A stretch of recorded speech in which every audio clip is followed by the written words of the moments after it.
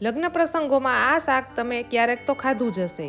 ઉનાળામાં જ્યારે લીલોતરી સારી ન આવે અને કોઈ મહેમાન આવે તો આ શાક એકવાર ચોક્કસથી ટ્રાય કરજો। બનાવવામાં એકદમ ઇઝી અને હોટલ જેવો જ ટેસ્ટ આપે એવું પ્રોટીનથી ભરપૂર શાક બનાવવાનું શરૂ કરીએ।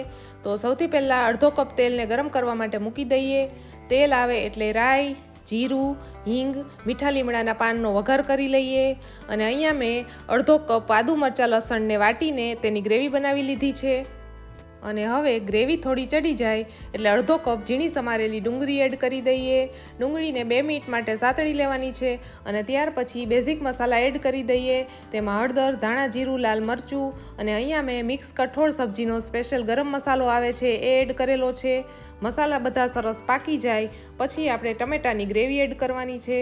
તો અહીંયા મેં કાચા ટમેટાને જ મિક્સરમાં પીસી લીધા છે।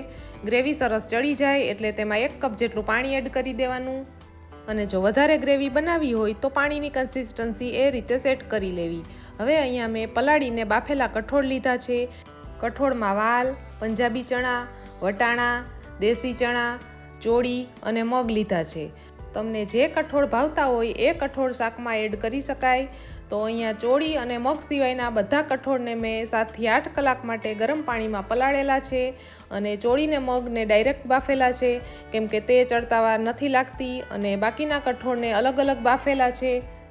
તો હવે આપણે બધા કઠોળને વારાફરતી એડ કરી દઈએ અને સ્વાદ પ્રમાણે મીઠું પણ એડ કરી દઈએ। પ્રસંગોમાં જે શાક હોય એવું આપણે ઘરે બનાવીએ ત્યારે એવો ટેસ્ટ નથી આવતો કેમ કે પ્રસંગોમાં બનતા શાકમાં એક ખાસ વસ્તુ એડ કરવામાં આવે છે અને એ છે ગોળ આંબલીનું પાણી। તો અહીંયા મેં ગરમ પાણીમાં 15 થી 20 મિનિટ માટે ગોળ અને આંબલીને પલાળી લીધા હતા અને તેને ગાળીને તેનો પલ્પ તૈયાર કરી લીધો છે। તો અડધા કપ જેટલો પલ્પ આપણે એડ કરી દઈએ। હવે બધું બરાબર મિક્સ કરીને ઢાંકીને આપણે શાકને 10 મિનિટ માટે ચડવા દેવાનું છે। તો 10 મિનિટ પછી આપણે ચેક કરી લઈએ તો તમે જોઈ શકો છો તેલ ઉપર આવી ગયું છે અને શાક સરસ ચડી ગયું છે। અહીંયા મેં તેલનું પ્રમાણ માપે રાખેલું છે કેમ કે આપણે ઘરે ખાવું હોય એટલે એટલું બધું તેલ નથી યુઝ કરતા। અને હવે કોથમીરથી ગાર્નિશ કરી લઈએ। તો પ્રસંગોમાં બને તેવું મિક્સ કઠોળનું ખાટું મીઠું શાક રેડી છે। કોઈ ગેસ્ટ આવે ત્યારે આપણે લગભગ 2 શાક બનાવતા જોઈએ તો એક આ શાક ચોક્કસથી ટ્રાય કરજો।